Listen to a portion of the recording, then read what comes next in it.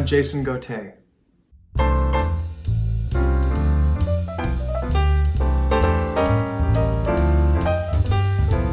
Training to me is all about returning to the building blocks of your craft, whether it's in acting, singing, or dancing. It can be any resource, be it a coaching with an instructor or a series of exercises or even a book or a chapter in a book that brings you back to the inner workings of your craft. And they range from any sort of breathing or singing technique to any sort of technique that you would use to access certain emotions when you're portraying a character, to of course the building blocks of your dance technique, your dance foundation in a variety of styles.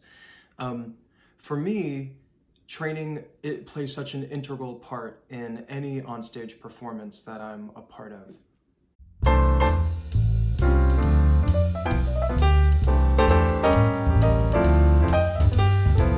One instance where I can remember my technique really coming to the rescue is always returning to my breath. And my training as both a singer and an actor that has connected me to my breath technique and making sure that I'm fully supported always comes into play when I'm particularly nervous before an audition or before a performance. There have been moments on stage where my adrenaline can kind of get the better of me, and my breathing and my energy live in my upper body, and I start to huff and puff from my shoulders, and my upper body tends to become very tense. So I always lock into the technique that I was taught as a singer, of really using your diaphragm, breathing lower, really using your rib cage, using your belly, and relaxing that lower body so that you can feel grounded and supported when you are singing or even speaking on stage.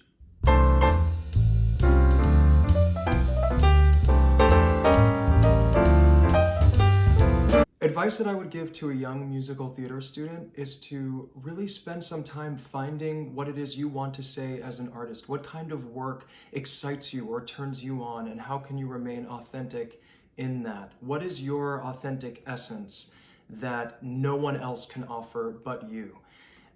I think that the industry is changing and musical theater is expanding so much. We're no longer seeing specific character types the way things used to be, and creative teams and writers and artists are being so much more imaginative now. And so it's not so much about type or archetype anymore. It's really about you and what you have to say as a performer, and what is your charm, your sense of humor, your warmth or vulnerability as a human being, and how does that connect to who you want to be as an artist. So find that authenticity and hold on to it, because that is what is going to set you apart in this business.